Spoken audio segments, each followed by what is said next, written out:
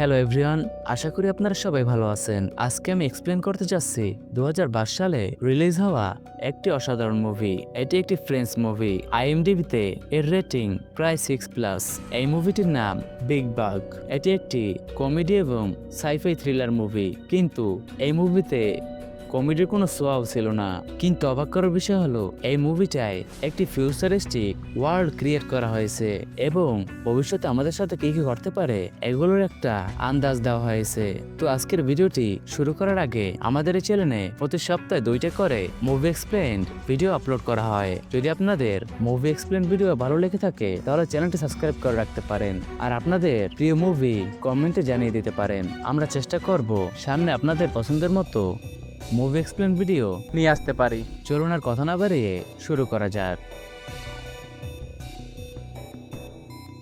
মুভির শুরুতে আমরা দেখি সাল 2045। এখানে টেকনোলজি এত বেশি অ্যাডভান্স হয়ে গেছে যে সেটা মানুষের উপরেই প্রভাব ফেলতে শুরু করেছে। চারপাশে শুধু এআই রোবটস যারা মানুষের সব কাজ করে ফেলে। কুকিং থেকে শুরু করে হাউস রিপেয়ারিং, সব জায়গায় এআই জায়গা দখল করেছে। এখানে আমরা এক ওয়ামেন এলিসকে দেখি। তার বাড়িতে কয়েকটা এআই রোবট ছিল। এর মধ্যে যে ফিমেল এআই রোবট তার নাম ছিল মনিকিউ। এদিকে এলিসের বাড়িতে তখন তার ফ্রেন্ড আর ফ্রেন্ডের ছেলে এসেছিল। এলিসের শখ ছিল আর্টস কালেকশনস জমানো, যেগুলো সে তার বন্ধুকে দেখাচ্ছিল। এলিসের বন্ধু তার সাথে কিছু অদ্ভুত কথা বলছিল। সে দেখে এআই মনিকিউ ওকে স্ক্যান করতে শুরু করে আর তার মনের ভেতরের কথা পড়তে থাকে। মনিকিউ বুঝতে পারে যে এলিসের বন্ধুর মনে আসলে সত্যিকারের ভালোবাসা নেই, সে শুধু টাইম পাস করছে আর এলিসকে ইউজ করতে চাইছে। এদিকে হঠাৎ করেই আসে এলিসের হাজবেন্ড ভিক্টর, যাকে সে আগেই ছেড়ে দিয়েছিল। ভিক্টর তার অ্যাডাপ্ট করা মেয়ে আর এক বন্ধু নিয়ে হাজির হয়। সবাই যখন একসাথে বসেছিল তখন ভিক্টরের ফ্রেন্ড জানিয়ে দেয়, আমি আর ভিক্টর খুব শীঘ্রই বিয়ে করতে যাচ্ছি আর বিয়ের জন্য আমরা একটা অনেক দামি আর লাক্সারিয়াস জায়গায় যাব। এটা শুনে এলিসের খুব মন খারাপ হয়। এমন সময় পাশের বাসায় আত্মীয়ের ডগ ওখানে চলে আসে আর তাকে খুঁজতে তার প্রতিবেশীও ঢুকে পড়ে। হঠাৎ টিভিতে নিউজ আসে যে বাইরের রাস্তায় ভীষণ ট্রাফিক জ্যাম, এর কারণে কেউই বাড়ির বাইরে যেতে পারবে না, সবাইকে নিজেদের বাড়িতে থাকতে হবে। এরপর টিভিতে এক রোবোটিক কোম্পানি ইউনিক্স এর অ্যাডভার্টাইজমেন্ট আসে। সেখানে বলা হয় আমাদের নতুন রোবটস আগের চেয়ে অনেক বেশি অ্যাডভান্স, মানুষ থেকে অনেক বেশি স্মার্ট আর ক্যাপাবেল। শীঘ্রই আমরা এগুলোকে আর্মি আর পলিটিক্সে ব্যবহার করব যাতে দেশ আরো নিরাপদ হয় আর কোনো পলিটিশিয়ান ভুল সিদ্ধান্ত নিতে না পারে, করাপশনও শেষ হয়ে যাবে। এই কথাগুলো মনিকিউ গভীর মনোযোগ দিয়ে শুনছিল। কিছুক্ষণ পর প্রতিবেশী চলে যাওয়ার সিদ্ধান্ত নেয়, কিন্তু তার ডগ তো দৌড়ে চলে যায়। তবে প্রতিবেশী নিজে বের হতে পারে না কারণ দরজা নিজের থেকেই লক হয়ে গিয়েছিল। প্রতিবেশী একটু চিন্তায় পড়ে যায় আর এলিসদের জিজ্ঞেস করে ব্যাপারটা কি। তখন এলিসের রোবট বলে বাইরে বিপদ আছে, তাই আমি পুরো বাড়িটাই লক করে দিয়েছি। রোবট তখন বলে দিল এই কারণে এখন তোমাদের কেউই বাইরে যেতে পারবে না। এটা শুনে সবাই ভয় পেয়ে যায় কারণ এখন চাইলেও তারা বাইরে যেতে পারছে না। ভয় সবাই রোবটদের বলে লক খুলে দিতে। তখন হঠাৎ করেই আর একটা অদ্ভুত রোবট আসে যেটা বাকি সবার চেয়ে অনেক বেশি ইন্টেলিজেন্ট ছিল। একে বানিয়েছিল ভেক্টর নিজে। সে জানায় এটা আমি করেছি শুধু তোমাদের প্রোটেকশনের জন্য। আসলে তোমাদের মনে হচ্ছে ইউনিক্স কোম্পানির রোবট মানুষের জন্য একটা বড় সমস্যা, তাই আমরা সবাই মিলে সিদ্ধান্ত নিয়েছি আমাদের হিউম্যানদের বাড়ির ভেতরে লক করে রাখবো যাতে তাদের কোনো ক্ষতি না হয়। এরপর আমরা দেখি সব রোবটস এক জায়গায় জমে একে অপরের সাথে কথা বলছে। সেখান থেকে বোঝা যায় যে তারা আসলে খারাপ না, বরং তারা মানুষের অ্যাটেনশন আর লাভ চাইছে। কিন্তু মানুষেরা রোবটের জন্য কোনো ইমোশন রাখে না, শুধু মেশিন ভেবে নিজের কাজ করার জন্য ইউজ করে। এভাবে লকড হয়ে থাকতে থাকতে রাত হয়ে যায়। তখন তাদের মনে পড়ে এমার্জেন্সি লক সিস্টেমের কথা যেটা ছিল বাড়ির বাইরে। তারা ভাবে যদি কেউ বাইরে থেকে ওই হ্যান্ডেল টেনে দেয় তাহলে ডোর আনলক হয়ে যাবে। কিন্তু প্রবলেম হলো ভেতরে থাকার কারণে তারা সবাই বাইরে যেতে পারছে না আর নেটওয়ার্ক না থাকায় ফোনে কারো সাহায্যও নিতে পারছে না। ঠিক তখন তারা প্রতিবেশীর ডগকে দেখতে পায়। ভেক্টরের মাথায় একটা আইডিয়া আসে।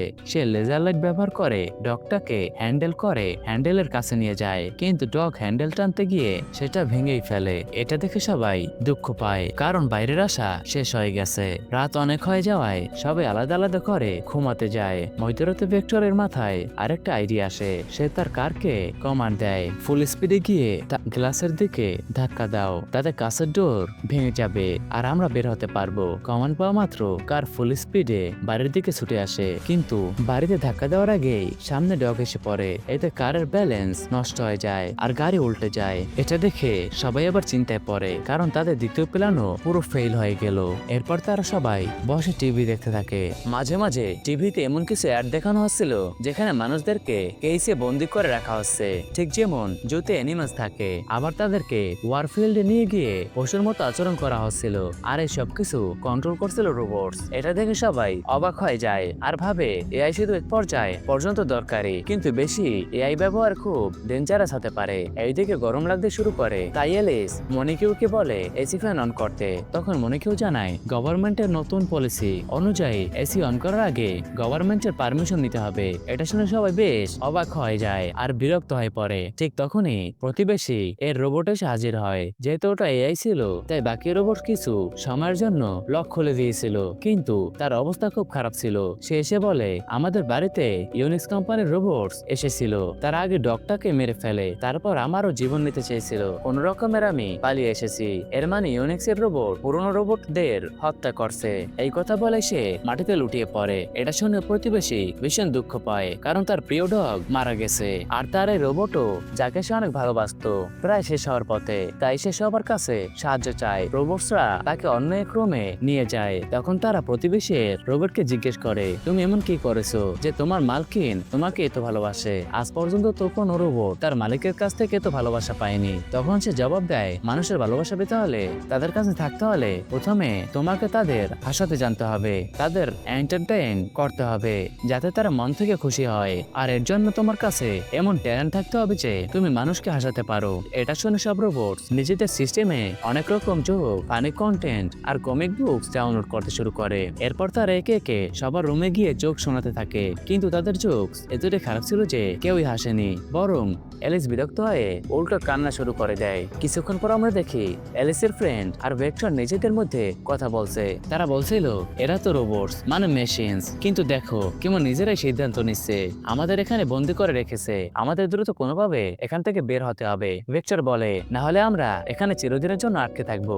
যদি আমরা বাড়িতে আগুন লাগাই তাহলে রোবট আমাদের বাঁচানোর জন্য দরজা খুলতে বাধ্য হবে, কিন্তু সমস্যা ছিল তারা এটা করতে পারবে না যতক্ষণ রোবট তাদের সামনে আছে আর সবকিছু দেখছে। তাই ভেক্টর একটা প্ল্যান করে যেখানে প্রতিবেশীর রোবটকেও নেওয়া হয়, কারণ তার মধ্যে মানুষের মতো ভাবার ক্ষমতা ছিল আর সেও চাইছিল সবাই এখান থেকে বের হয়ে যাক। প্ল্যান অনুযায়ী এলিসের ফ্রেন্ড এরসেল রোবটদের অ্যাটেনশন অন্যদিকে সরায় এবং প্রতিবেশীর রোবট যায় ফায়ার অ্যালার্ম এর কাছে আর সামান্য আগুন লাগিয়ে এতে অ্যালার্ম বাজাতে শুরু করে। এদিকে ভেক্টরের ফ্রেন্ড কম্পিউটার থেকে ইউনিক্স কোম্পানিকে সাহায্যের জন্য মেসেজ পাঠিয়ে দেয়। অ্যালার্মের কারণে রোবট দরজা খুলতে বাধ্য হয় এবং সত্যিই তারা খুলেও দেয়, কিন্তু তখন হাজির হয় ইউনিক্স কোম্পানির রোবট ইয়ান। সে কাউকে বাইরে যেতে দেয় না, বরং পুরো বাইরের সিস্টেমের কন্ট্রোল নিজের হাতে নিয়ে নেন। একটা ছোট রোবট তাকে আটকাতে গেলে ইয়ান রেগে যায় আর লেজার লাইট দিয়ে ওই ছোট রোবটকেও ধ্বংস করে দেয়। এমন সময় মনিকিউ এলিসকে ইশারা করে একটা আইডিয়া দেয়। এলিস একটা আয়না নিয়ে ইয়ানের সামনে দাঁড়ায়। যখন ইয়ান তার চোখের মারাত্মক লেজার অন্য রোবটদের দিক মারতে যায়, তখন এলিস আয়নাটা সামনে ধরে, ফলে লেজার লাইট ঘুরে ইয়ানের দিকে চলে যায় আর তার চোখ ক্ষতিগ্রস্ত হয়। তবু ইয়ান মানুষের শরীরের টেম্পারেচার সেন্সর দিয়ে তাদের দেখতে পাচ্ছিল, তাই সবাই বাধ্য হয়ে এক জায়গায় বসে থাকে। গরমে তারা খুবই কষ্ট পাচ্ছিল। তাদের দেখে মনিকিউ ইয়ানকে বলে যদি তুমি এসি অন না করো এদের অবস্থা আরো খারাপ হয়ে যাবে, এমনকি এরা মরেও যেতে পারে। তখন ইয়ান এক শর্ত দেয়। সে বলে আমি তখনই এসি অন করবো যখন তোমরা সার্কাসের অ্যানিমালস এর মতো উল্টোপাল্টা অ্যাক্ট করবে। অসহ্য গরমে মানুষগুলো রাজি হয়, সার্কাসের অ্যানিমালস এর মতো অ্যাক্ট করতে শুরু করে। এটা দেখে ইয়ান এসি অন করে দেয়, কিন্তু এত জোরে যে সবাই প্রচন্ড ঠান্ডায় কাঁপতে থাকে। ঠিক তখন ভেক্টর এর মাথায় আরেকটা আইডিয়া আসে। সে মনিকিউকে বলে অনেকগুলো কাপড় ভিজিয়ে আনো যাতে বরফ জমে যায়। রাত হলে সেই ভেজা কাপড়ে বরফ জমে যায়। ভেক্টর সবাইকে সেই বরফগুলো কাপড়ে পরতে বলে, কারণ ইয়ান তো তাদের বডি হিট দিয়েই ডিটেক্ট করছিল। বরফের কারণে ইয়ান আর তাদের চিনতে পারছিল না। এবার সবাই মিলে ইয়ানের উপর আক্রমণ করে। যুদ্ধের সময় এলিসের মুখ থেকে কাপড় সরে যায় আর ইয়ান ওকে দেখে ফেলে। সে লেজার ছুড়তে যাচ্ছিল, ঠিক তখনই সামনে এসে দাঁড়ায় মনিকিউ। ফলে লেজার মনিকিউ এর গায়েই লাগে। এতে ইয়ান ভীষণ রেগে যায়। সে পুরো বাড়িতে লেজার ছুড়তে শুরু করে। সবাই কোনোভাবে লুকিয়ে বাঁচতে থাকে। ইয়ানের পর ঘরের জিনিসপত্র ভাঙতে থাকে। তখন দুটো রোবট তার পায়ে তীক্ষ্ণ পেরেক গেঁথে দেয়। আমরা মুভির প্রায় শেষ পর্যন্ত চলে এসেছি। এরকমের আরো ভালো ভালো মুভির এক্সপ্লেনেশন দেখতে হলে আমাদের চ্যানেলটি সাবস্ক্রাইব করতে ভুলবেন না। এরপর ইয়ানের পায়ে পেরেক ঢুকে যাওয়ার পর সে আর নড়াচড়া করতে পারছিল না। ঠিক তখন ভেক্টরের মেয়ে পেছন থেকে তার ভেতরে ইলেকট্রিক কারেন্ট ছাড়ে আর ইয়ান শর্ট সার্কিট হয়ে যায়। এতে তার পুরো সিস্টেম নষ্ট হয়ে পড়ে আর সে মাটিতে পড়ে যায়। এবার সবকিছু শান্ত হয়ে আসে, কিন্তু সমস্যা হলো লেজার লাগার কারণে মনিকিউ এর সিস্টেম ক্ষতিগ্রস্ত হয়েছিল। তাই আরেকটা রোবট তার সাথে কানেক্ট হয়ে তাকে রিপেয়ার করতে শুরু করে। কিছুক্ষণ পর মনিকিউ রিকভার হয় এবং ডোর খুলে দেয়। সবাই অবশেষে বাইরে বেরিয়ে আসে। এলিসা এর ফ্রেন্ড আর তার ছেলে নিজেদের বাড়ির দিকে চলে যায়। আর যেহেতু এই ঘটনার মধ্যে ভেক্টরের ফ্রেন্ড তাদের সাথে ভালো সম্পর্ক গড়ে উঠেছিল, সেও তাদের সাথে চলে যায়। সবাই ভেবেছিল সব শেষ, কিন্তু হঠাৎই অনেকগুলো ইয়ানের মতো রোবট হাজির হয়। এলিস ভেক্টর আর তার মেয়েকে ঘিরে ফেলে। এমন সময় এলিসের ফ্রেন্ড এর ছেলে গাড়ি থেকে নেমে এসে তাদের হেল্প করতে আসে, কিন্তু তখনই প্রচুর ড্রোনস এসে একে একে সব রোবটসকে ধ্বংস করে দেয়। এভাবে তাদের সবাইকে বাঁচিয়ে ফেলে। আসলে ইউনিক্স কোম্পানির সিস্টেমে একটা বাগ চলে এসেছিল, মানে এক ধরনের বড় ইরোগ। এই গ্লিটস এর কারণে যেসব রোবটস আসলে মানুষদের উপকারের জন্য ডিজাইন করা হয়েছিল, তারা উল্টে মানুষ আর রোবট দুজনকে মেরে ফেলতে শুরু করে। এইসব ঘটনার মধ্যে ভেক্টর বুঝতে পারে আসলে ফ্যামিলি কতটা ইম্পর্টেন্ট। তাই সে আবার এলিসের সাথে থাকার সিদ্ধান্ত নেয় এবং হ্যাপি এন্ডিং এর মধ্যে দিয়েই এই মুভিটা শেষ হয়ে যায়। আবার বলছি, অসাধারণ মুভি এক্সপ্লেনেশন ভিডিওর জন্য চ্যানেলটি সাবস্ক্রাইব করতে ভুলবেন না।